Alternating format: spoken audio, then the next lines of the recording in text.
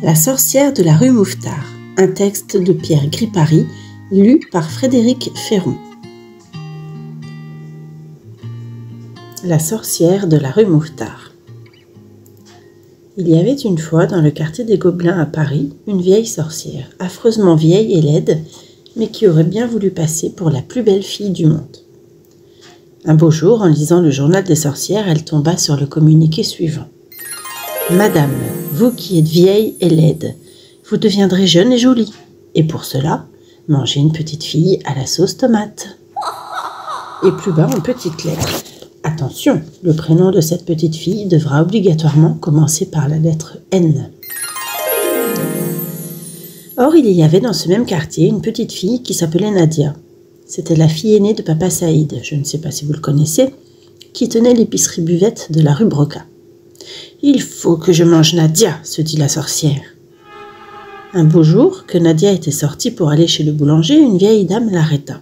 « Bonjour, ma petite Nadia. »« Bonjour, madame. »« Veux-tu me rendre un service ?»« Lequel ?»« Ce serait d'aller chercher pour moi une boîte de sauce tomate chez ton papa. Cela m'éviterait d'y aller. Je suis si fatiguée. » Nadia, qui avait bon cœur, accepta tout de suite. Sitôt qu'elle fut partie, la sorcière, car c'était elle, se mit à rire en se frottant les mains. « Que je suis maligne !» disait-elle. « La petite Nadia va m'apporter elle-même la sauce pour la manger. » Une fois rentrée chez elle avec le pain, Nadia prit sur le rayonnage une boîte de sauce tomate et elle se disposait à repartir lorsque son papa l'arrêta. « Hé, où vas-tu comme ça ?»« Je vais porter cette boîte de sauce tomate à une vieille dame qui me l'a demandé. »« Reste ici, dit Papa Saïd. Si ta vieille dame a besoin de quelque chose, elle n'a qu'à venir elle-même. » Nadia, qui était très obéissante, n'insista pas. Mais le lendemain, en faisant les courses, elle fut pour la seconde fois arrêtée par la vieille. « Eh bien, Nadia, et ma sauce tomate ?»« Je m'excuse, dit Nadia, toute rougissante, mais mon papa n'a pas voulu. Il dit que vous veniez vous-même. »« C'est bon, dit la vieille.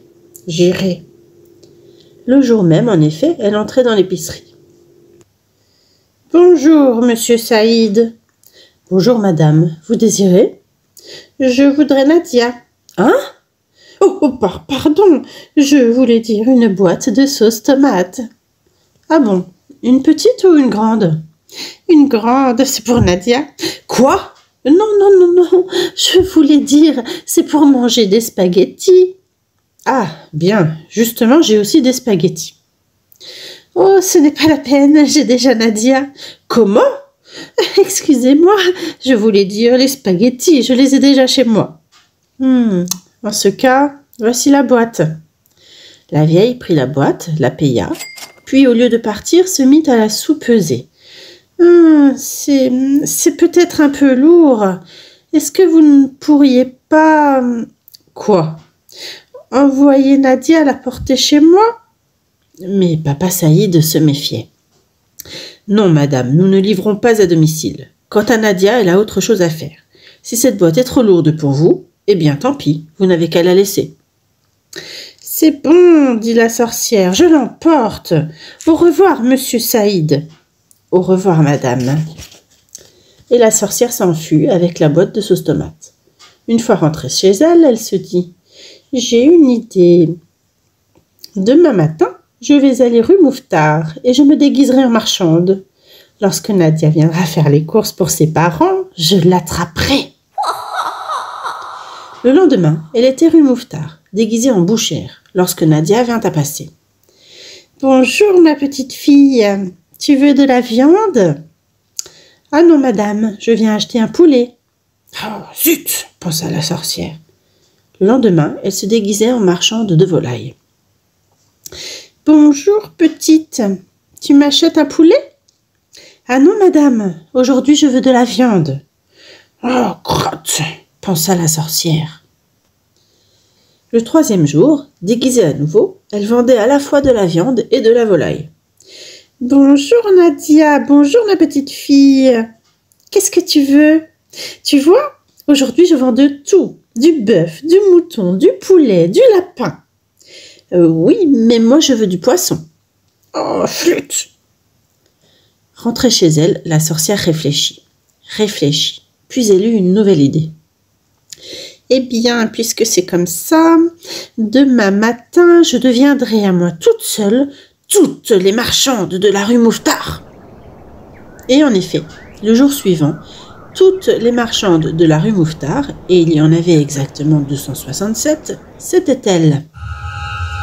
Nadia vint, comme à l'ordinaire, s'approcha sans méfiance d'un éventaire de légumes pour acheter, cette fois, des haricots verts, et elle allait payer quand la marchande la saisit par le poignet, l'enleva et hop, l'enferma dans le tiroir-caisse. Mais heureusement, Nadia avait un petit frère qui s'appelait Bachir. Voyant que sa grande sœur ne rentrait pas, Bachir se dit « C'est sûrement la sorcière qui l'a prise, il faut que j'aille la délivrer. » Il prit sa guitare à la main et s'enfuit rue Mouffetard. En le voyant arriver, les 267 marchandes, qui étaient la sorcière, se mirent à crier. « Où vas-tu comme ça, Bachir ?» Bachir ferma les yeux et répondit « Je suis un pauvre musicien aveugle et je voudrais chanter une petite chanson pour gagner quelques sous. »« Quelle chanson ?» demandèrent les marchandes. « Je veux chanter une chanson qui s'appelle « Nadia, où es-tu » ? »« Non, pas celle-là, chante-en une autre. »« Mais je n'en sais pas d'autre. »« Alors chante-la tout bas. » »« C'est entendu, je chanterai tout bas. » Et Bachir se mit à chanter tout haut. « Nadia, où es-tu? Nadia, où es-tu? Réponds que je t'entende. Nadia, où es-tu? Nadia, où es-tu? Car je ne te vois plus. »« Moins fort !» crièrent les 267 marchandes. « Tu nous casses les oreilles !» Mais Bachir continuait de chanter « Nadia, où es-tu? Nadia, où es-tu ?» Quand tout à coup une petite voix lui répondit « Bachir, Bachir, délivre-moi, ou la sorcière me tuera. » En entendant ces mots, Bachir ouvrit les yeux, et les 267 marchandes sautèrent sur lui en criant « C'est un faux aveugle, c'est un faux aveugle !» Mais Bachir, qui était courageux, brandit sa petite guitare et assomma d'un coup la marchande la plus proche. Elle tomba raide, et les 266 autres tombèrent en même temps qu'elle, assommées elles aussi. Alors Bachir entra dans toutes les boutiques l'une après l'autre en chantant « Nadia, où es-tu? Nadia, où es-tu » Pour la seconde fois, la petite voix lui répondit « Bachir, Bachir, délivre-moi, ou la sorcière me tuera. » Cette fois, il n'y avait plus de doute. La voix venait de chez la marchande de légumes. Bachir sauta dans la boutique par-dessus l'étalage, au moment même où la marchande, sortant de son évanouissement, ouvrait un œil. Et en même temps qu'elle, les 266 autres ouvraient également l'œil. Heureusement, Bachir s'en aperçut, et d'un coup de guitare bien appliqué, il les rendormit pour quelques minutes. Ensuite, il essaya d'ouvrir le tiroir-caisse, cependant que Nadia continuait à chanter. « Bachir, Bachir, délivre-moi, ou la sorcière me tuera. » Mais le tiroir était trop dur, cela n'avançait pas. Nadia chantait, et Bachir travaillait, et pendant ce temps, les 267 marchandes se réveillaient. Mais cette fois-ci, elle se gardait bien d'ouvrir les yeux. Elle restait les yeux fermés, au contraire, et elle s'approchait en rampant de la boutique où Bachir travaillait afin de le cerner.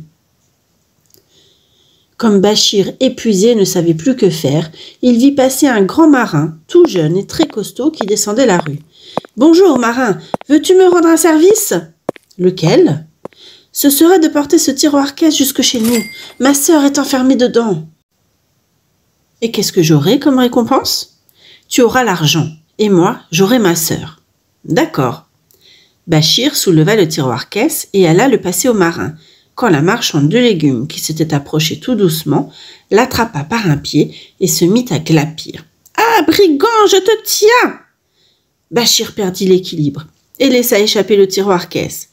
Celui-ci, qui était très lourd, tomba en plein sur la tête de la marchande, et de ce coup-là, les 267 marchandes eurent tout en même temps le crâne fracassé, ouvert, avec toute la cervelle qui sortait. Cette fois, la sorcière était morte, et bien morte. Ce n'est pas tout. Sous le choc, le tiroir s'ouvrit et Nadia en sortit. Elle embrassa son petit frère, le remercia, et tous deux retournèrent chez leurs parents pendant que le marin ramassait dans le sang l'argent de la sorcière.